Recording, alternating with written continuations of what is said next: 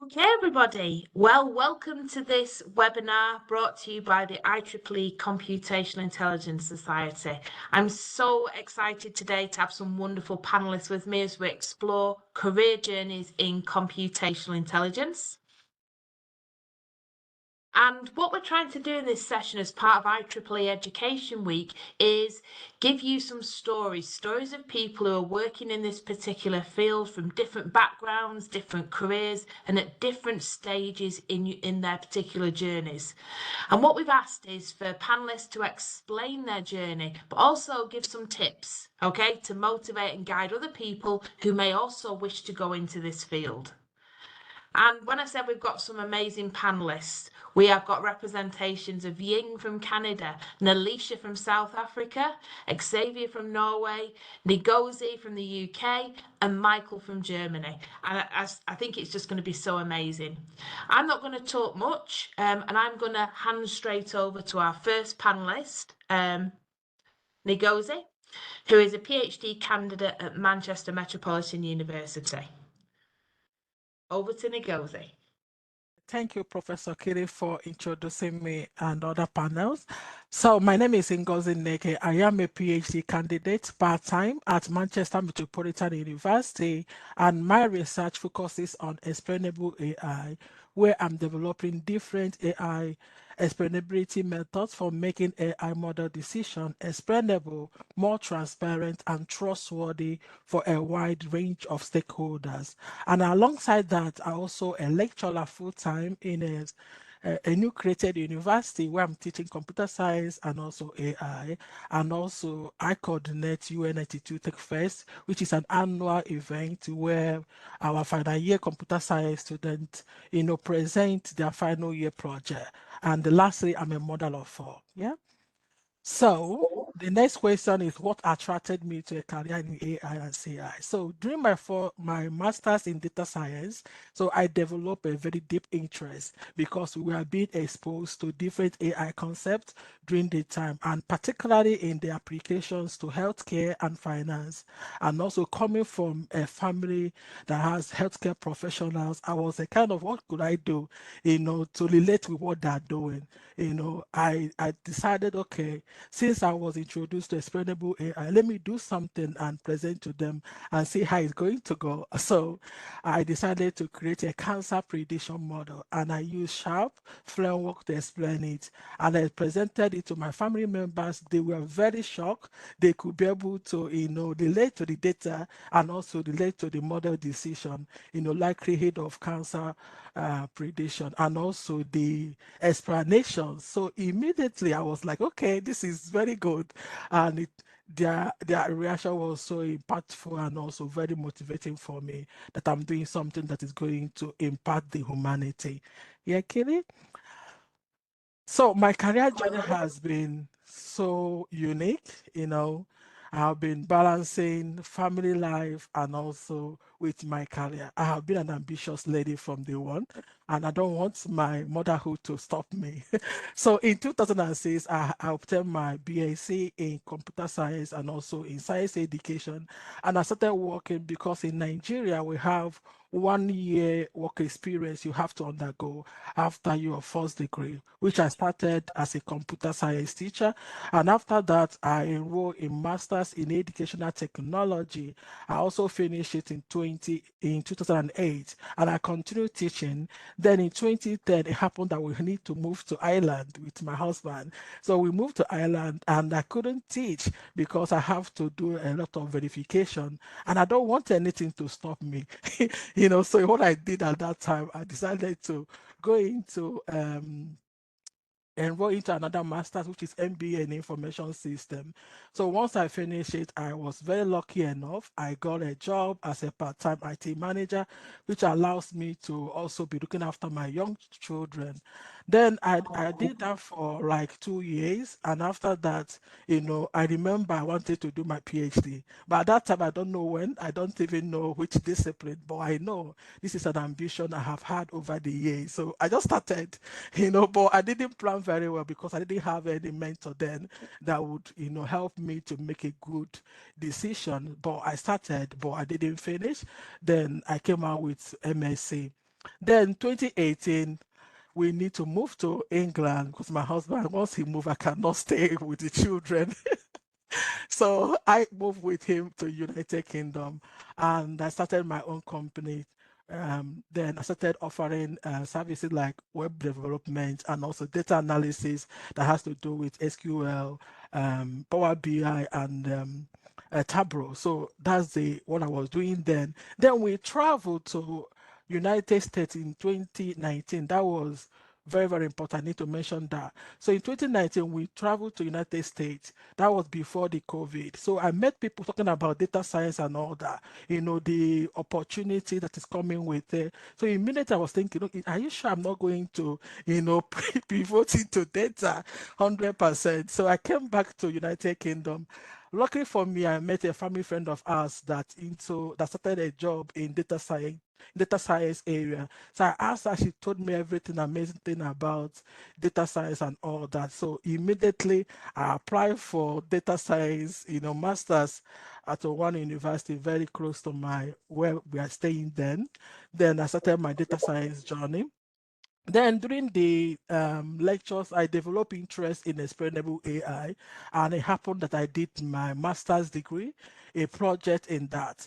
And also being that I was very passionate about it, I want to do something that people could relate, not just an abstract thing. I was able to apply for my PhD the same year I graduated.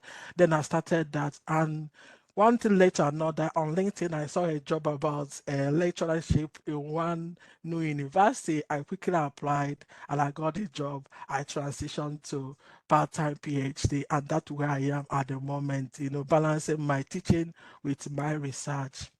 Yeah, on to the next question, which is who inspired me to undertake a career. So my journey has been through self-motivation and a desire to upscale. You remember my story in America and also coming back to United Kingdom, meeting our family friend. But during that, my master's degree, I had, always checking out our lecturers. And during that time, it was only one female, all of them are male. But one thing stood out in her lectures. She's always very friendly and very warm, very, very knowledgeable. And I could relate with her because she's a wife, she's a mother, and she speaks so well. So I never talked to her, but she was, inspiring me along the journey.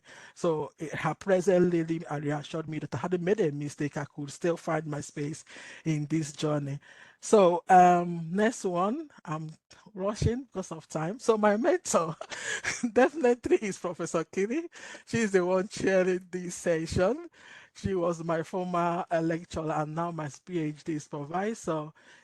My relationship with her has helped me a lot to help me to believe in myself. She has offered me a safe space for guidance, advice, honest conversation, and she has built my confidence without her knowing, by letting me be part of her research activities and all that, helping me also to make a good decision as I navigate my career journey. Yeah, so my last slide, which is one tip for a human. So I don't know where you are at the moment, but one thing I need to tell you is to keep going. Initially it might feel so overwhelming. You need to believe yourself that you belong in this a field of AI or computational intelligence. Yes, your growth may take time, but it will make sense, before or even at the end of the day. But one tip, find a mentor. If I had found a mentor before, 2020, I would have made mistakes I made, but that's life, and be able to open up, because I knew what that time somebody offered me a listening ear, but I couldn't go to the meeting because I was afraid. So find yourself a mentor and be able to open up to tell them everything that is part of your life, because they're all part of the journey. Yeah, that's where I will end for now. Thank you so much, Ngozi. This is not a fix for people who are thinking, okay? I've not paid her. Right.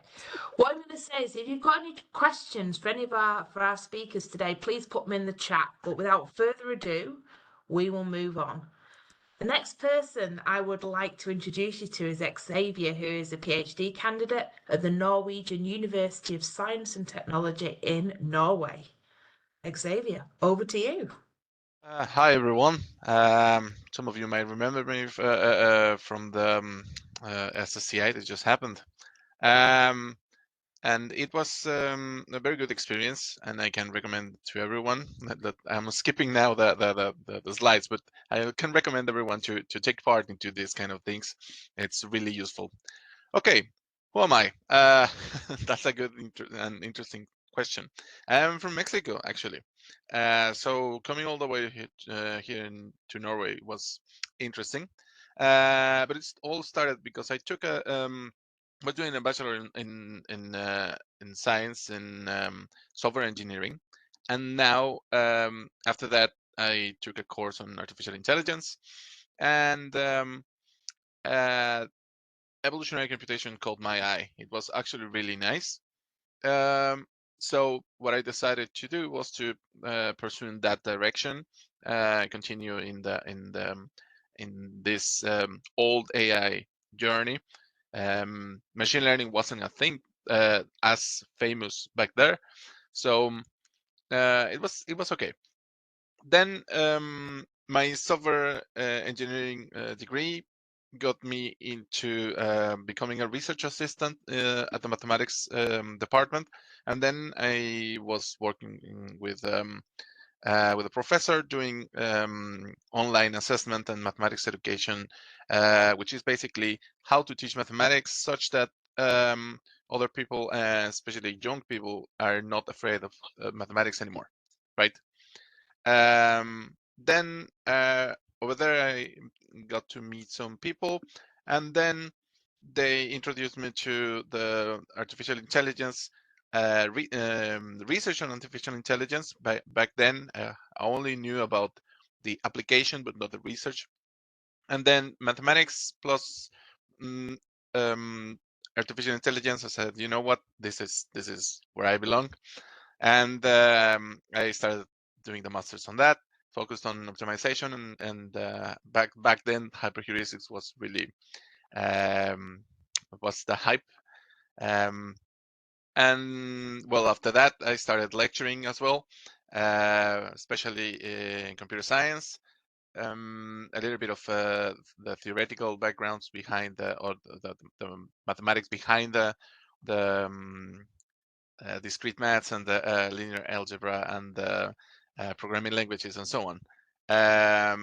So I went into that theory part, and then I found an opportunity to come here to Norway. Found a really interesting PhD that continued on my journey in evolutionary computation, and now I'm focusing on multimodality in combinatorial search landscapes. So it's still quite related and very theoretical as well. So that's what I've been doing so far. I would say back then my advisor for the master's thesis, Ugo Terashima, he pushed me to try evolutionary computation from a theoretical perspective, and it was quite a different thing from what I was working at the time. It was really good. So it was I think the thing that pushed me towards this direction. Okay, we can go to the next slide. And it's basically now the tips. So the first one is getting bold, as I mentioned before.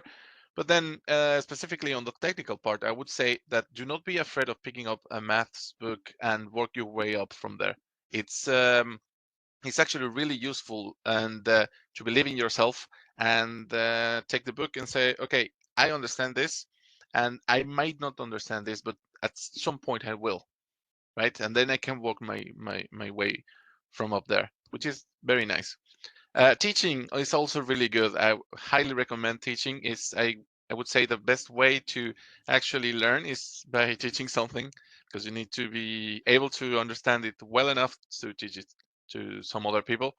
And in the same vibes of getting involved and speak with others, is do not be afraid of reaching out and asking for help. That's I think that's what it's all about here. But that's basically what I have to say. Thank you. Thank you so much, Xavier. And I think that last point is really important. Sometimes we feel that because people are at different positions in the career, the people above us, okay, we may be hassling them or asking them too many questions, but there is never enough questions and there's never a stupid question. All questions are really good. And what I also find out when teaching is actually in that teaching environment, you can learn from students, you can learn from each other. So thank you for raising those points, Xavier. Brilliant. Oh, for sure. Thank you. So our next wonderful panelist is Dr. Ying Liu from the University of Manitoba, Canada. To you. Thank you, Professor Kitty. First of all, I want to thank you for giving this opportunity to share my personal story. So my name is Ying Liu. People call me Ying or Ying. I came to Canada as an immigrant in my mid-20s and studied computer science as a mature student. I first heard about ant colony optimization in 2012 in my undergrad parallel computing course with Professor Paramala, who became my mentor of lifetime. I was so fascinated by how biologically inspired algorithms can solve combinatorial problems. And I ended up doing an honors project implementing parallel ACO on the APU architecture and comparing it to the classical algorithms for the TSP problem. So this interest took me to my master's, during which I studied ant brooding for graph clustering. So coming to this picture, this image of ants on the screen, this is really from my favorite interdisciplinary project in collaboration with the biology department. So during this project, we had a field trip to St. Malo, Manitoba. We collected colonies of the genus Tenosaurex from the acorns, and we brought them back to the greenhouse, built an artificial nest, and observed how ants clustered their brood in real life. So the fun thing is that we did discover something that's missed by the algorithm. For example, in real life, an ant can carry multiple objects at the same time, but the algorithm only allows one object at a time. So just imagine how much we can improve our algorithm based on this observation. Now, during my PhD, I moved from ant brooding to evolutionary algorithms for multi-objective optimization.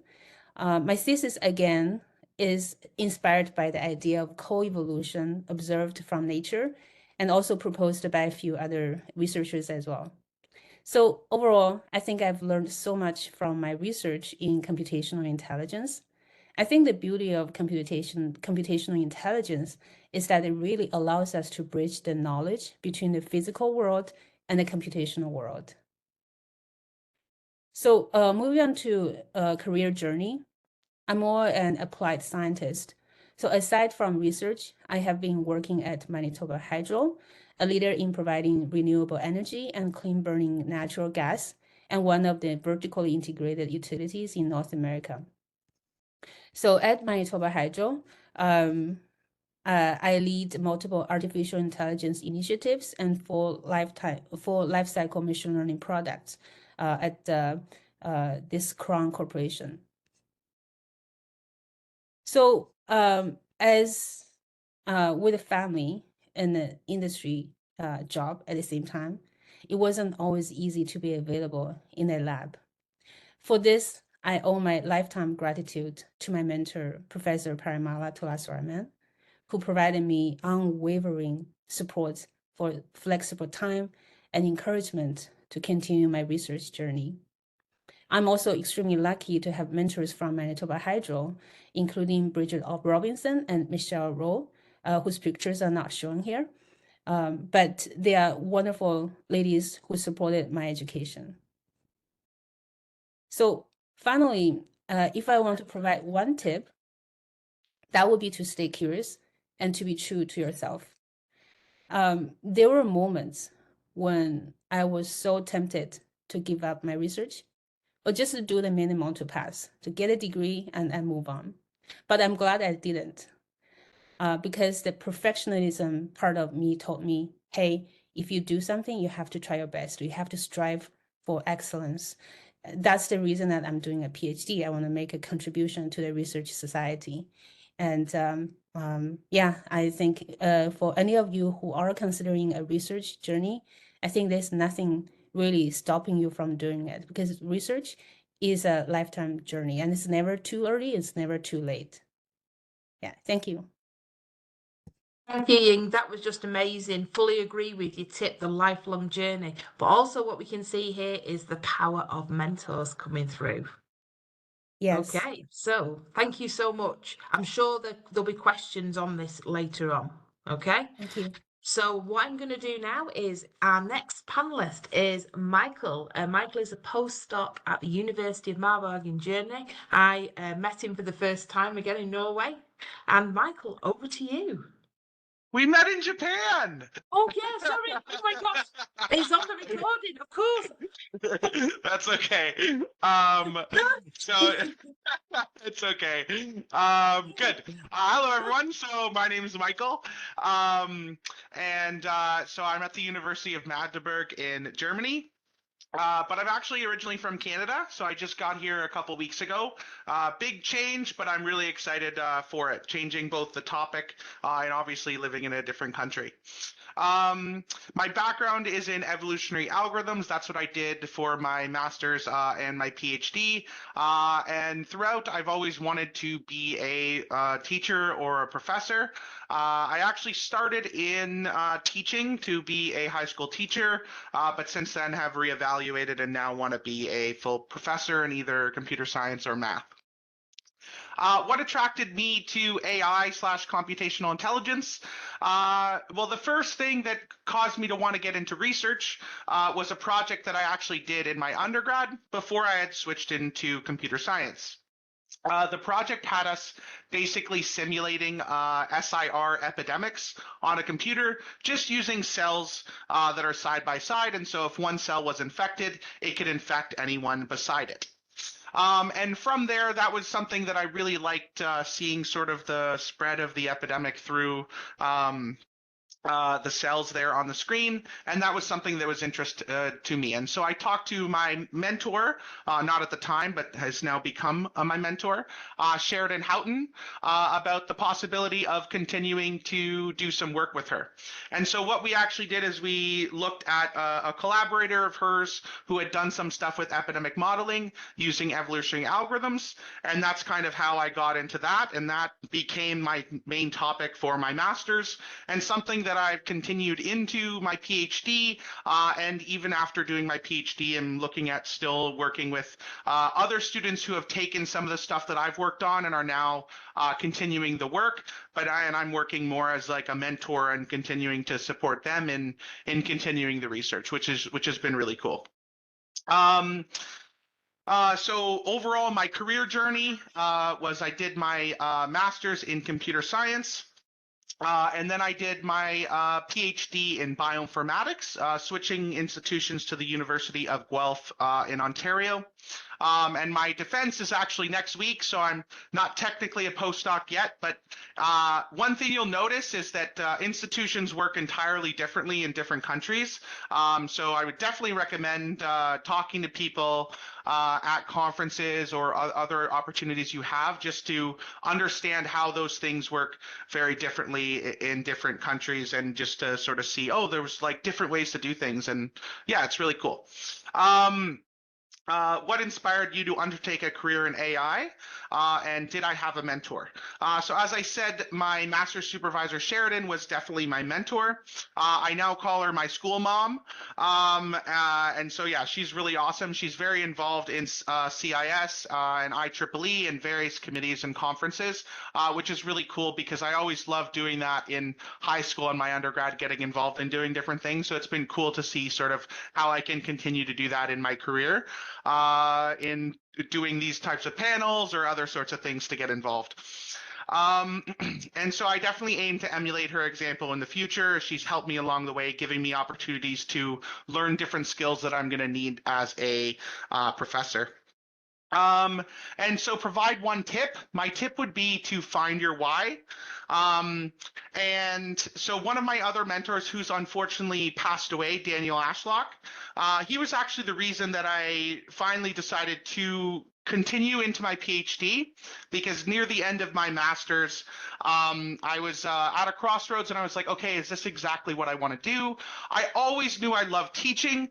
Actually, side tangent, last semester I got to teach my first course, which was like really fun. I had like a total of like 500 students, and something I had like accidentally did like a couple years ago when I was teaching is I like was like, okay, so who's excited to do some math? And like everyone cheered. And so I started every single one of my like 36 lectures with like, it was split up into 2 sections, so 250 students. I was like, who's excited to do some math? And everyone cheered. And so there was like it set the tone, and people like at the final exam, I had like a bonus question where you could draw a picture.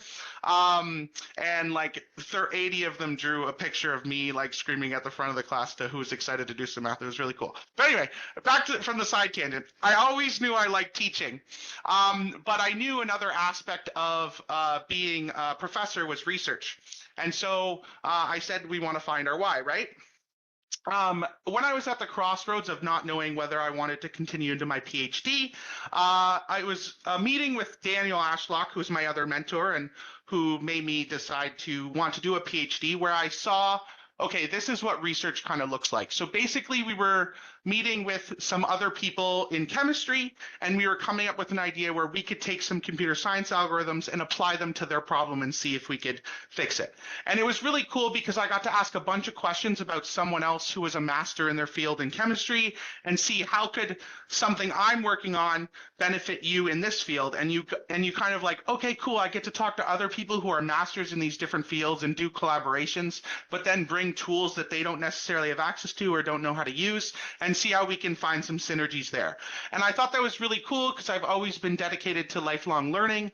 And that was kind of when I saw that, I was like, okay, that's what research can be, and that's what I want to do. And that kind of filled the gap for me, because I was like, okay, I know I love teaching, but teaching isn't the whole role. And so what does that other side look like, and how can that be something that works with my innate interests? And so that's what I would say is finding your why is what's going to get you through it, because as others have alluded to or said, there's definitely times where it's difficult and you have to push through and you're not doing necessarily what you want, because teaching has always been my primary motivator. But there's a lot of steps you got to do before you can get that full-time position or tenure track position. So definitely having what your motivation is to get you through those more difficult times is very useful, and definitely something I would recommend. Thank you very much for your attention. Wow, Michael, thank you very, very much. I love your passion for teaching, and I think it's a really, really important journey. But what I love what you convey was a sense of community. So all of us on this call are all volunteers for IEEE and the Computational Intelligence Society.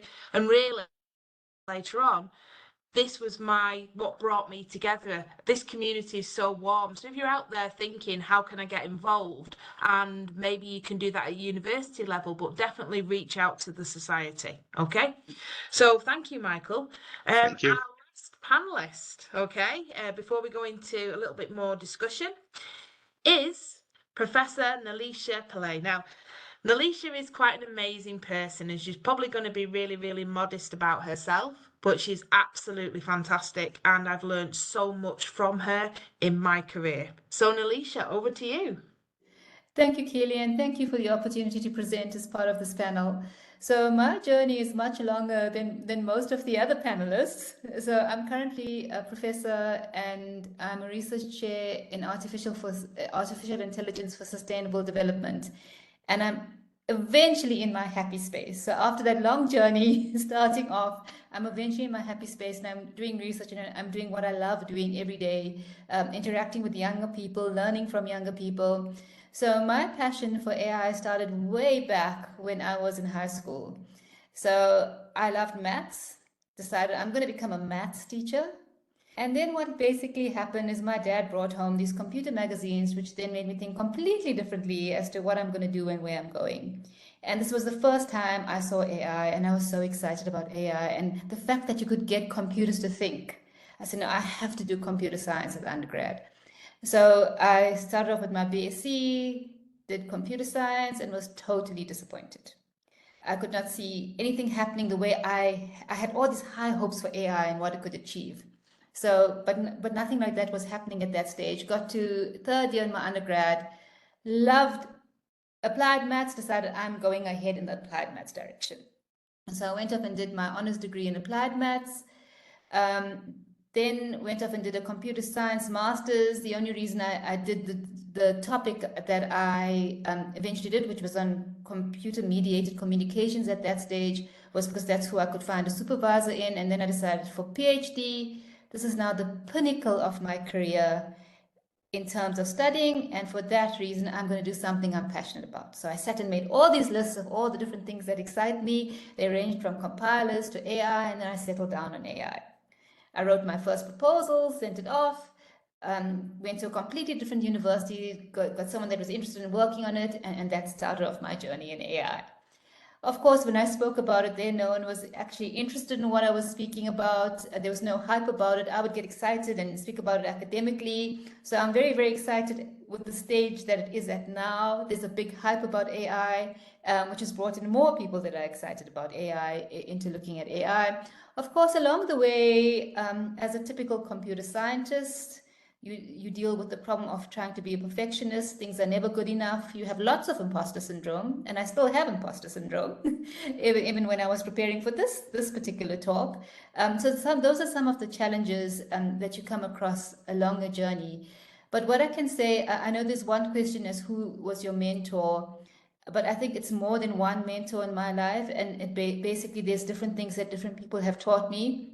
And what has been very, very supportive is when I started getting involved in CIS, because one of my biggest challenges is confidence. But then you are able to interact, you volunteer, when you start volunteering, you see a whole different side. When I was just attending the conferences, I was still nervous, always on my own, looking at who I can join for lunch, who I can join for dinner, always feeling nervous to approach people. But as soon as you start getting involved in a society like CIS, you almost start forming a family. You heard about SSCI just now, and all of us spoke about being SSCI. So you actually look forward to meeting your family away from home when you actually go to conferences, and that's where your support comes from. That's where your mentorship comes from. You see people above you, but you also see people below you that are very inspiring. They have achieved more maybe compared to what you've done in the time that you've done it, but you also people above you that actually provide some type of confidence and some type of mentorship going forward. Former presidents of CIS like Bernadette, like Jim Keller. I mean, Keely has been inspirational. So you start interacting with people, you actually make friends that you actually wait to see at each conference, and they also perform your support mechanism for you. They help you feel that you can achieve more.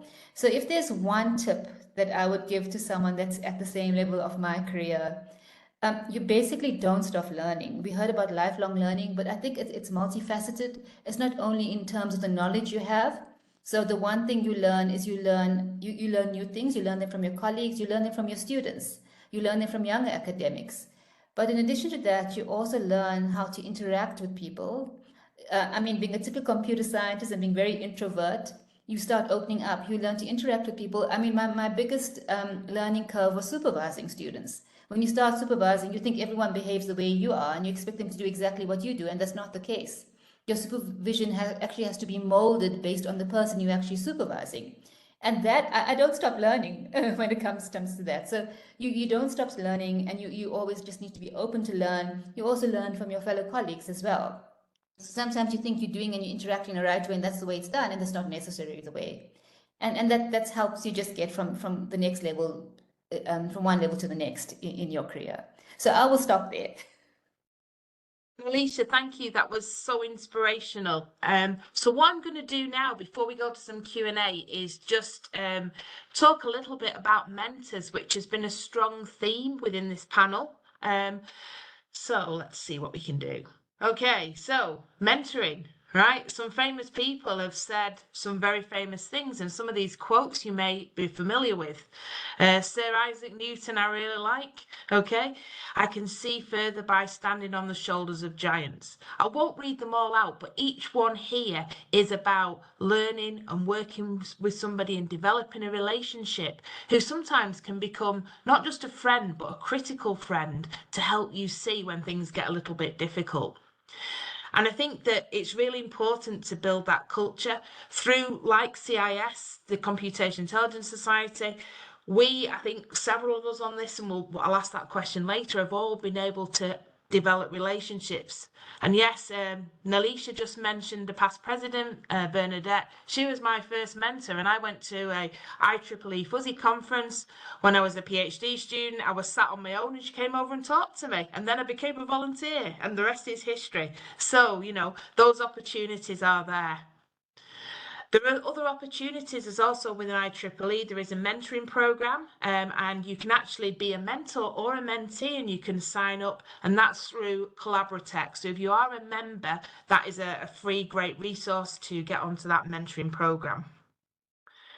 So just a little hint, if you're wondering what mentoring is, it can be a professional relationship, it can be very formalized, or it can be informal.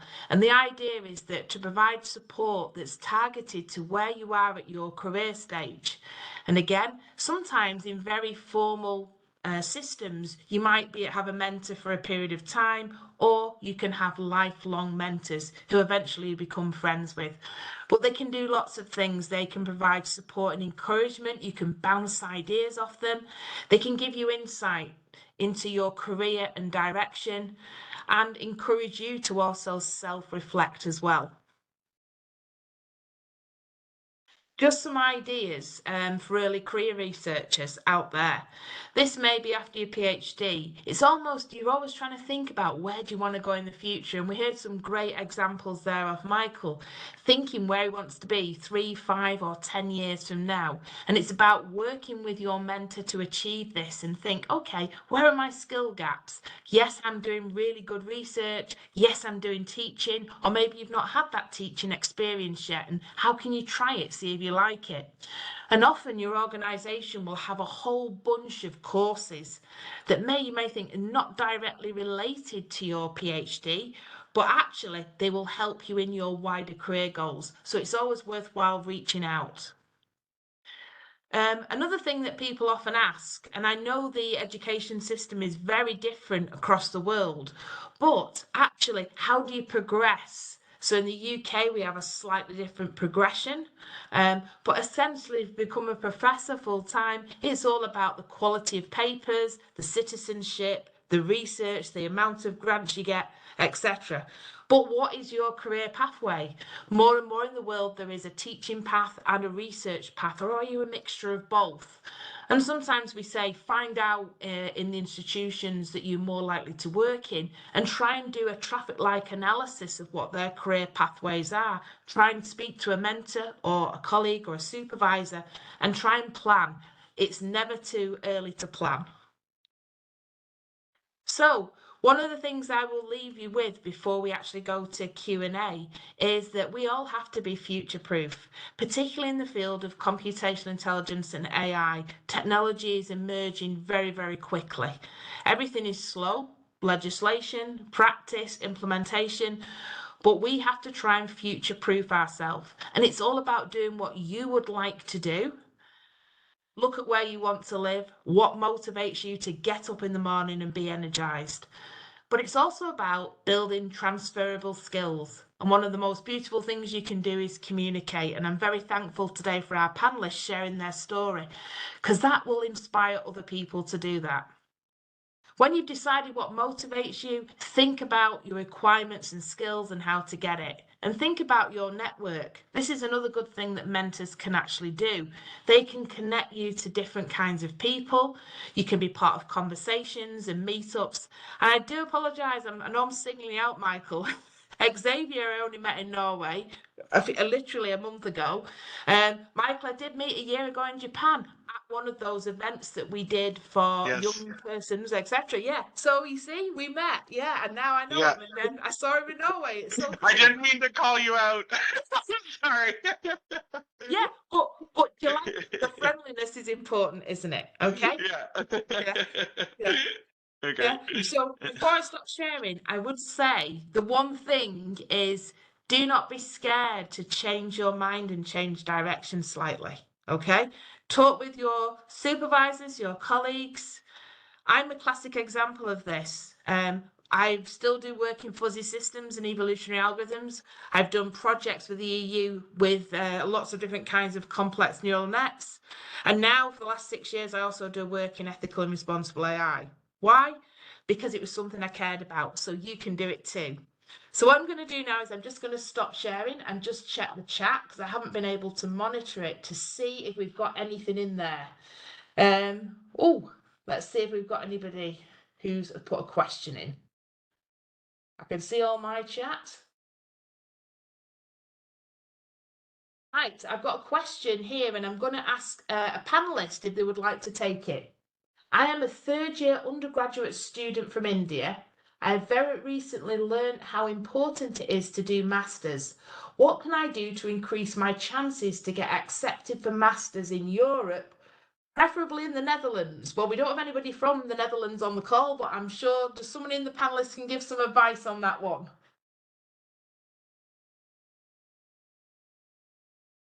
I'm trying to make it so I don't talk, so Okay. Nelishia, go for it.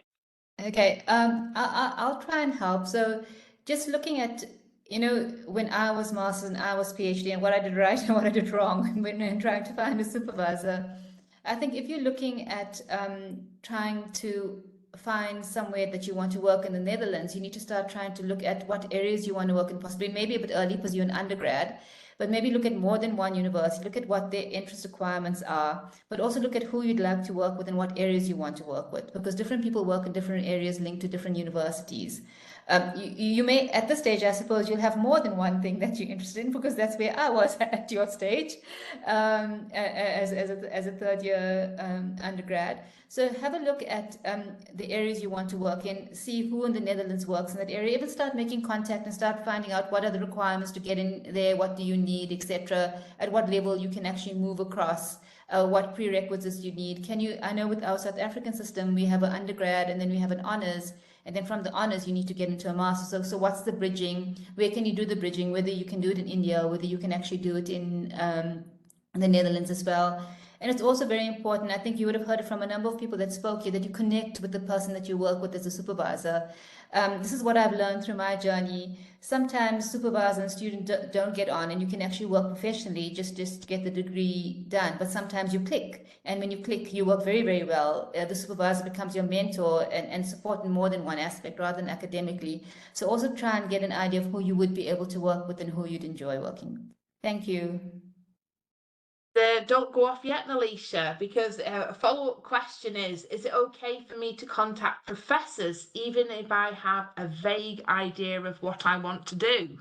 Yeah. So different professors will react differently, and don't be sad if you don't get some responses, because I've also been there. So to do my PhD, I emailed a number of people. So I decided I want to do what I love and what I'm excited about. So instead of going to a professor and getting a topic, I actually decided to write to people and say, this is what I wanted to work on. But I mean, my idea, I just knew what I wanted to work on in what area. And then once I connected with the actual supervisor, potential supervisor, then I submitted a proposal. So I would write to people, and some people will respond, some people may not respond. And don't be upset if they don't respond. But I would go for it. I would write to them, I'd start connecting. I'm not sure if you have opportunities to attend conferences or even via forums like this, via platforms like this, via CIS webinars. See who you're interested in working with, what ideas you're interested with, and start chatting to them. So, yep, I would say go for it. Does anybody else want to add anything on to that? Okay, and I think the other thing Ying, do you want to say something? Well, actually, so I had a student who were in a similar situation, but he's from Canada and then wanted to go to another university. I think one thing he did is that he attended some camp, like international camp, which was very selective, right? So I think that really gave him the international experience and then added a really good highlight onto his resume. So I think that's something that the undergrad students can consider as well. And I'd also say, think about what we call citizenship in the UK. And it is about those extracurricular things. It might be that you've helped out in an undergraduate program lab. It might mean you've done some community or public engagement in some way, or been into a school and done some help. It's about becoming a rounded individual. I do agree with Nelishia, though, sometimes you don't get responses back straight away. It's fine to pursue that or reach out to other people as well, but don't give up. That's the message. Keep going. Okay. I think that's a good one. So there's nothing else in the chat, so I'm going to ask our panelists a question, okay? I'm very privileged because you're all volunteers for IEEE. Sorry, I see one here that I wanted to answer. Maybe it was sent. It says, hello, I'm an undergrad student in software engineering. I wanted to ask Xavier on how to overcome fear of mathematics. And that's a very interesting question. It's very easy to go and say, oh, mathematics is great, it's fun. Some people don't think that, right? Back in my time in mathematics department and mathematics education, we had this idea that it's probably because it was taught in a way in which it becomes difficult. It seems like we are learning how to compute, but the times are changing. I think it's now a very nice time for mathematics, because now we are aware that we don't need to teach others how to do a lot of operations. We have computers. We can do some more beautiful things, like look at fancy geometry and work with functions and find relations and do a lot of mathematical and computational thinking. So as soon as we understand that it's not all numbers, that becomes way easier on our minds, first. And second is also the fact that mathematics is a lot about understanding. And this understanding can be difficult if we only work with one specific representation.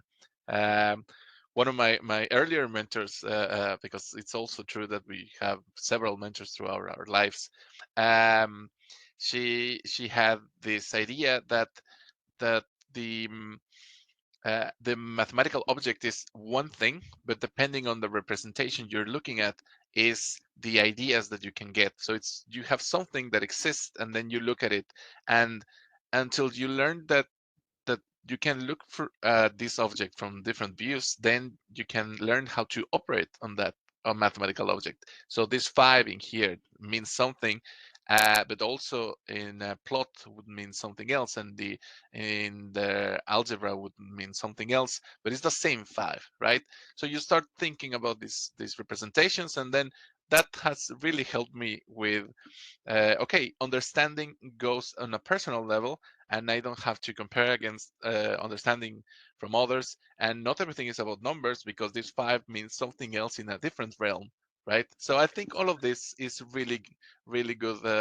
Understanding all of this, it makes it easier to take on the mathematical challenges that we face. Okay, would any other panelists like to come up and follow that one up? I think that, like, or yeah. Can I go? Yeah, well, please go. Yeah. Okay. don't wait. Yeah, I think the biggest thing is for mathematics, and really for anything, is and studies have shown that the biggest determining factor of whether or not you can learn something is whether or not you believe you can learn it. And so, so trying to have that confidence, and definitely speaking to other mentors, but knowing that you do have the ability to understand it, and believing in that, even if it doesn't make sense at the start, I think it will help see you through to the end of understanding it. And that goes for any topic, but particularly in math, there's been lots of studies into how people have taught themselves incompetence with respect to math, and in some cultures, it's a joke about how bad people are at math, right? And people are proud of that. So it's definitely a key thing in math. So yeah, definitely believing that you do have that ability, even if it's just like learning a new language, which I'm trying to do in Germany. I know I can learn it, even though it's like there seems to be 1,000 of things that I don't understand. But at some point, I will. Yeah. Go on, Nelishia, don't put your hand up, just join in. Okay, so just linked to what Michael has just said, it's all about believing. So you've got to believe that you can do it to actually do it, and it will seem impossible at the beginning. I mean, I've been through that in a number of stages in my life, still up until this point when I'm trying to solve problems. But what I suggest to make yourself believe it, break it down into smaller steps and try and understand each step. So I break it down, I write the little steps down of the little things, sometimes even go a little bit wrong before you can actually get right. And then what happens, it just feels so good when you tick off that first thing that you've achieved, and you've understood that, and then build the next thing up. And so break your maths down to basically something that's understandable. Start learning the little thing first as a foundation, and then build on that. Thank you, Ngozi. Yeah, I can relate to this. So I remember when I started off, to upskill myself in data science and AI. So initially it was very difficult, but what did I do? So during that time, I bought a lot of materials, and I went on YouTube, I went on different places. So what you could do is to look for materials. First of all, believe in yourself, like other panelists have said, believe in yourself and look for extra materials. Book out time to study it, and before you know it, you will be very, very fine with that.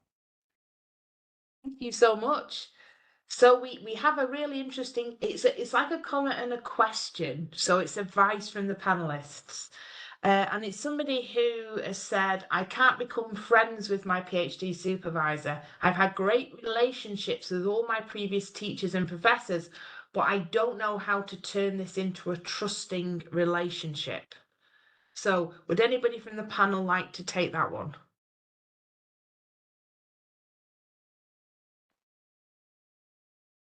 Okay, while you think for a second, I'll just offer something in here. Supervisors for PhDs, I've found, are very, very different. Sometimes the focus is so much on the research that their job is to seek and guide you through that journey. So when it comes down to doing the research, writing papers, directions, grants, they're there for you all the way.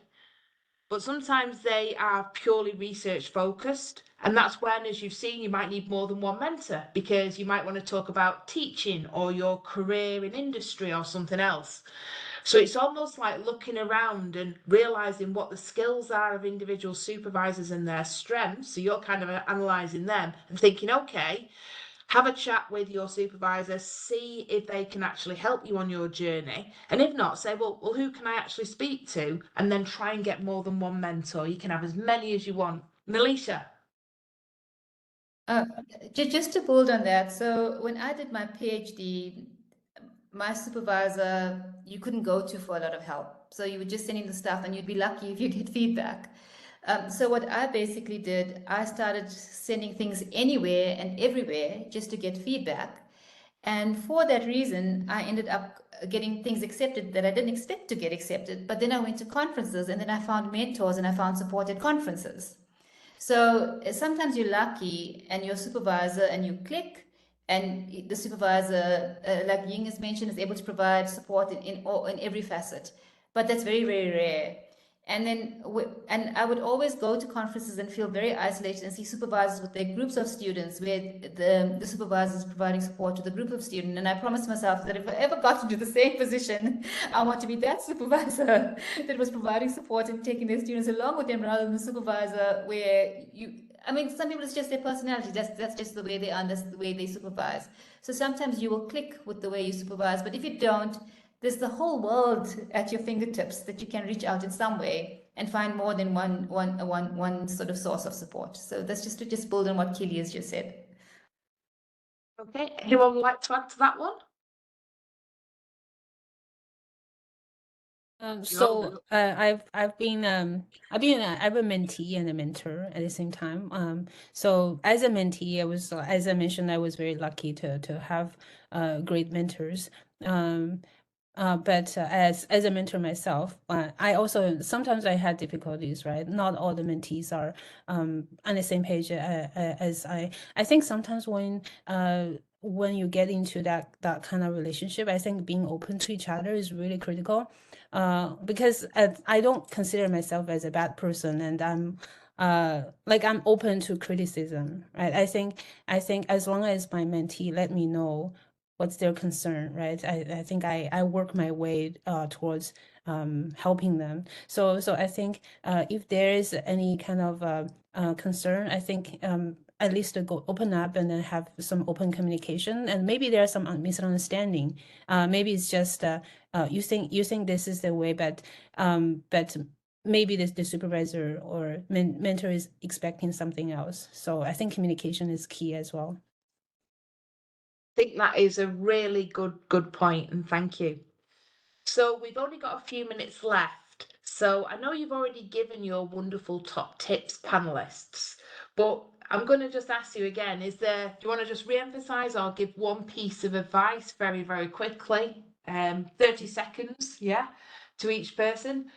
But I was going to do this. Okay, there's a question in the chat that we can all see. I will pick that up with you outside. Okay. A request for a mentor, but I will share that with panelists afterwards. I don't think you can see it because it's privately. So 30 seconds, okay, one piece of advice to people on their journey. I'm going to go, Nelishia's in the line, so I'm going to go Nelishia first and then Michael next, and then now down to the next line. Go. So, two things. You've got to be passionate about what you want to do. It has to excite you every day.